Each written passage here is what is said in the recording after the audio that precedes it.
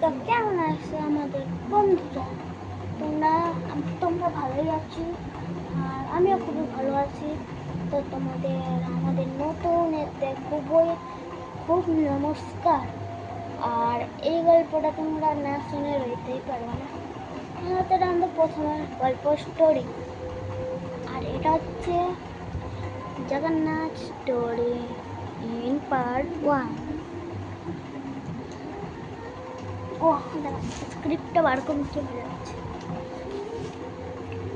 তো হচ্ছে একদিন একটা মানুষ মানুষ ও খুবই ও খুব শয়তান ছিল, মানে খুব পাপ করতো। আর এই জন্য জগন্নাথকে শাস্তি দিবে ভেবেছিল, কিন্তু ওই মানুষটা পুরীতে গিয়ে ওর প্রিয় বন্ধু বলরামকে, মানে জগন্নাথ আমি হচ্ছে যখন বলরাম বলবো ওই জগন্নাথের দাদা, যখন বলরামও বলবো তখন বলরাম বলবো বলরাম।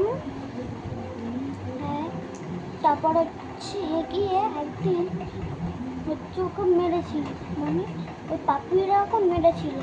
তারপর বলরাম হচ্ছে দৌড়িয়ে দৌড়িয়ে জগন্নাথের কাছে গেল। আর ওই জন্য জগন্নাথ ওই পাপি মানুষটার উপর রেগে গেল। আর পাপি মানুষটার নাম আমরা লাস্টে বলি। আর যেতে যেতে জগন্নাথ খুব রেগে গেল।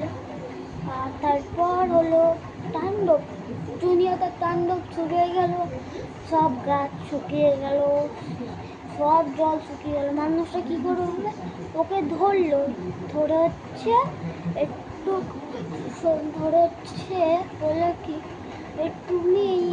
তুমি এই তো এত পাপ করেছে, এই জন্য জগন্নাথ সব জল শুকে নিয়েছে। তারপর ও জগন্নাথের থেকে ক্ষমা চেয়ে আবার সে ভালো হয়ে গেল। কিন্তু এটা এখনো হচ্ছে না, এখনো শেষ হয়নি বন্ধুরা। ওটা হচ্ছে লাস্ট গিয়ে গিয়ে ও পাপি মানুষটা আবার জলে বিষ মিলালো, কত কি মিলালো, সব তুলসী গাছ শুকিয়ে গেল, জলও খাবার মধ্যে পড়লো না। ওকে সবাই মিলে ধরলো জগন্নাথ। তারপর রাজা আসলো, রাজা এসে ওকে কারাগারে ঢুকিয়ে হচ্ছে বন্ধ করে দিল। তারপর হচ্ছে কারাগার থেকে বেরিয়ে ও আর কোনো পাপ করে না। আর এটাই হচ্ছে জগন্নাথ কোনো দিন নিজের পাপীকে ভুলতে পারে না।